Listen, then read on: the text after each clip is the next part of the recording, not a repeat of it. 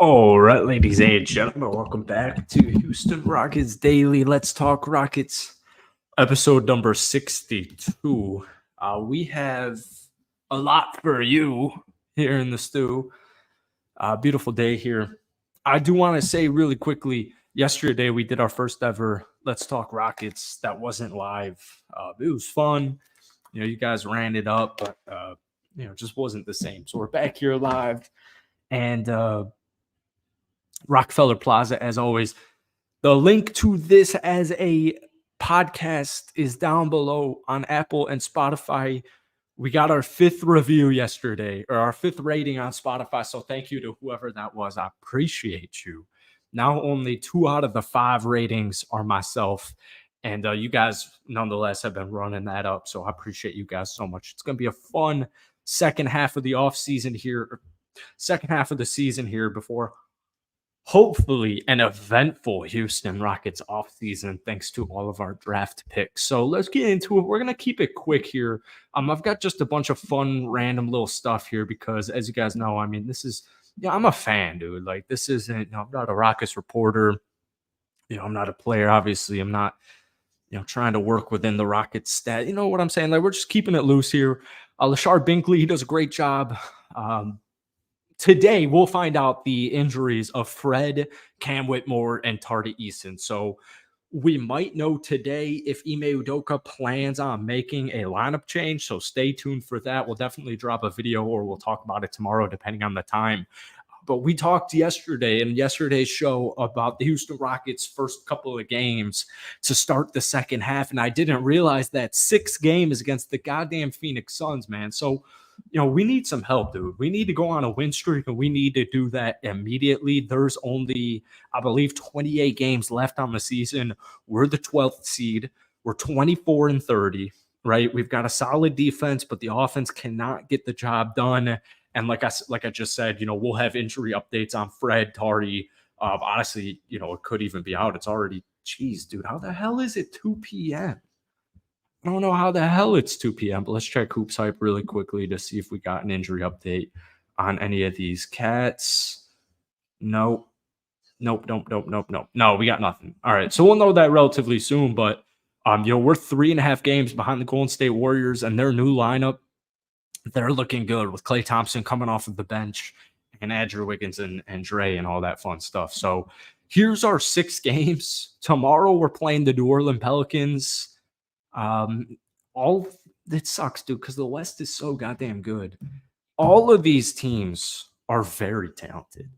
We got a road matchup against the Pelicans. Then we come home on Friday to take on the Phoenix Suns. And then on Sunday, we're at home against the OKC Thunder. Then on Tuesday, we're on the road against the OKC Thunder. And then we're back that upcoming Thursday or that next Thursday on the road against the Phoenix Suns. And then we follow that up a couple of days later on the road against the Phoenix Suns. So I need a player like Tari Eason back immediately because this is a pretty terrifying stretch right here. I mean, these are 3 playoff teams. And we play the Phoenix Suns 3 times. And they just had an entire break to get healthy and to rest up. Phoenix 33-22. I don't even need to tell you what they could do, right? I mean, they're just loaded up. Whoa, look at this, man. We got next Tuesday, 1 week from now, on the road on TNT, dude. The Houston Rockets are on TNT basketball. That is absolutely awesome. All right. So I found a cool report here. Jeez, dude, I need a haircut, man. What the hell is going on here? Somebody give me a hat.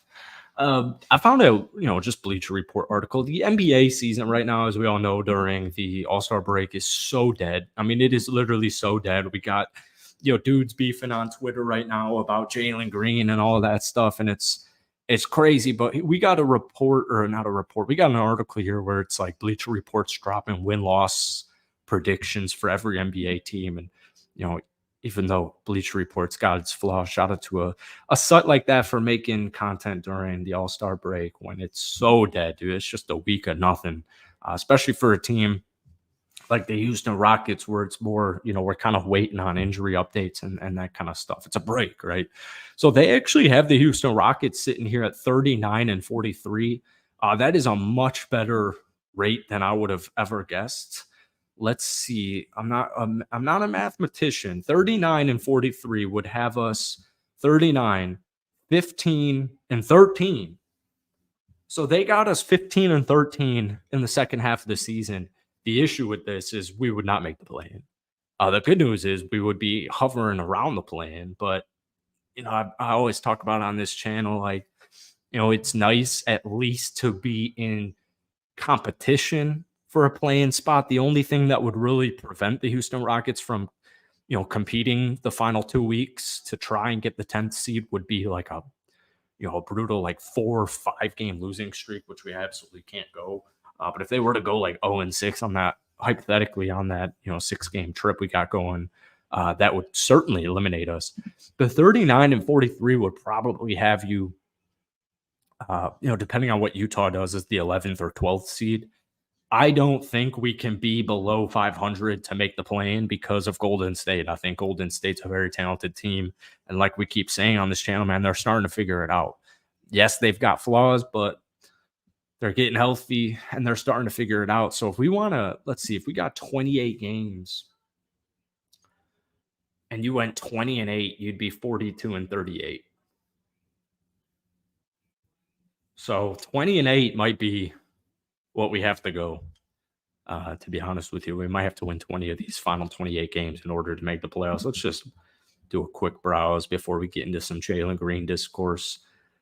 Houston's offseason spending indicated an obvious desire to get more competitive, and the Rockets have clearly done that. The 24 wins they tallied ahead of the All-Star break were clearly already their most since 1920, when Mike D'Antoni was calling the shots and James Harden was running the offense. That feels like ages ago. We're 6 games below 500. That's crazy. The dominant defense they played earlier this season, though, has started to show some cracks. They ranked just 12th in defensive efficiency over their final 20 games. Can't read. Jesus, dude. They ranked just 12th in defensive efficiency over their final 20 games after being 5th ahead of the slippage. Houston doesn't have enough offensive firepower to offset any defensive decline. So if it can't reverse this trend, it could be in for a bumpy finish. Saying that, though, the Rockets will surely keep pushing until the end, as it's almost certainly too late to bottom out in a way that would keep the top 4 protected pick they owe the Oklahoma City Thunder this summer from conveying. So, yeah, we've got the Brooklyn pick. If Chandler Parsons is watching this, we do have Brooklyn's draft pick. So we will have a first-round pick. But we got some great work over from our favorite Twitter account appearing on this channel in Bordeaux NBA. And, we were talking about Jaylen Green a lot in the last week. We've been talking about Jaylen Green a lot in the last month. And this is make or break.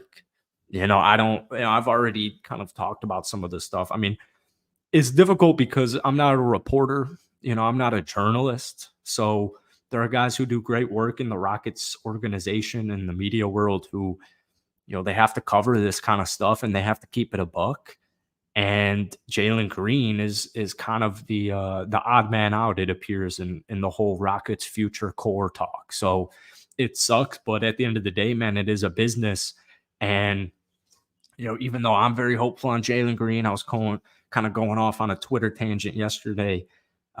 He does need to step up. Otherwise, I don't know what his future is with the Houston Rockets. And that's just, the cold reality of the situation. So the good news is Jaylen Green in the last couple of seasons, in his first 2 seasons, post All-Star break, has improved in numerous categories. His rookie season started so scrappy, dude. I believe in his 3rd ever NBA game, he dropped 30 against the Los Angeles Lakers.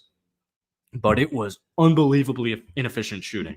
Very inefficient in general. And Jaylen Green's first half of his rookie career, 14.6 points, 38.7 from the field, 31.1% from downtown, 51.6% true shooting, And that number catapults plus 7.5 in the points per game. He gets up to 22 points per game, 47.6% from the field, 38.7% from downtown, and a true shooting percent of 58.7. So he pretty much averaged a plus 7% increase in every single statistic.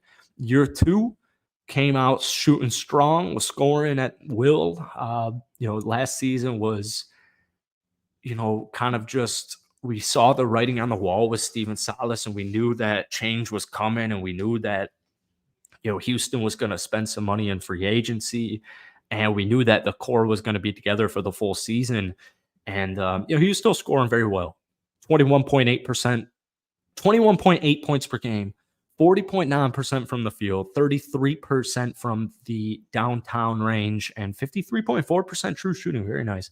That number raised to 23 points, 43.5 from the field, 35% from downtown, and about 55% true shooting. So improved once again, year two in every single category post All-Star break. And now this is currently Jaylen Green's season statistics: 18 points per game, 41.1% from the field, 30.7% from downtown, and a 52.7% true shooting. So yeah, man, I talked about this yesterday when we were discussing kind of Rockets lineup potential changes. And I'm a big advocate of at least letting these guys, specifically Jaylen Green, get an opportunity and get a chance to prove everybody wrong and to just light it up in the second half of the season. I know he's capable of it. We've seen it this season. It's just more of an inconsistency issue. Like I said, we'll see with Fred Double V coming back healthy. Um, if I had to guess, I would imagine Tari's still hurt, and hopefully Cam and Fred are back. But honestly, it wouldn't even shock me if none of those three players are ready to go on Thursday. I highly doubt that any of those three guys are going to take until the end of the month of February. I'm a little bit worried about Tari Eason just because of the injuries throughout the entire season. And what does worry me is him not touching the court for the rest of the year and then eventually getting shut down like a month from now. The good news is, it's late February, which is unbelievable. How the hell is it late February? Isn't it a leap year? We've got 8 days left of February. That feels cruel. That doesn't feel real. But anyways, it's make or break. And judging from these stats here from his rookie season and year two, second half Jaylen Green is a much more efficient animal. And, if he can get that points per game number to anything 20 plus in the second half, and if we can see that field goal percentage be anything over 43%, and that especially the 3-point shot, guys are just losing their stroke right now. Dylan Brooks, Jabari, Jaylen. It's not just Jaylen. If he can get that 3-point percent up to just 35% in the second half of the season, like I said, shooting over 43, ideally over 43.5, and putting up 20 plus points per game, I think his discourse would change pretty much immediately. Let's get a quick game log check on Jaylen here. The month of February. Let's see here. This is not what I'm looking for. Oh, that's because it's just Houston Rockets. You guys can't see it. All right. So we'll go to splits. We'll do Jaylen Green. Just a horrid month of February thus far. 39% from the field, 15.8% from downtown, which is like what I'm in, shooting 15 points per game. But in the month of January, the dude was feasting, 43% from the field, still losing his stroke, 30% from downtown. I don't really like saying that word. 20.4 points per game, 5.5 rebounds, 3.5 assists, and about a steal per game. So yeah, it's just been more of an inconsistency thing. But he did show a couple of games in February, 26 against the Hawks in his first ever triple-double, 30 points against the Indiana Pacers. But then, dude, that stretch to end the month of January, this dude put up 29 against Portland, follows it up 36 against Charlotte, 19, double-double, 19 points, 10 rebounds against Brooklyn, 34 against the Lake Show, and then 31 against the Pelicans. So hopefully Jaylen specifically, but also the rest of the Rockets roster just, uses this break to charge up, get fresh, keep those legs fresh, keep that energy up, get that hunger going. They've had about a week On Thursday, they'll have a week to kind of ruminate and sit in this frustration, and especially my man Jaylen Green. And I think big things are coming for him, and I think he's going to light it up in the second half of the season, and we'll deal with whatever happens when that happens. We got our first chat of the day. Little disappointed in you guys, but it is what it is. Cam uploaded some videos on his IG, and the way he's moving let me know he should be ready to go.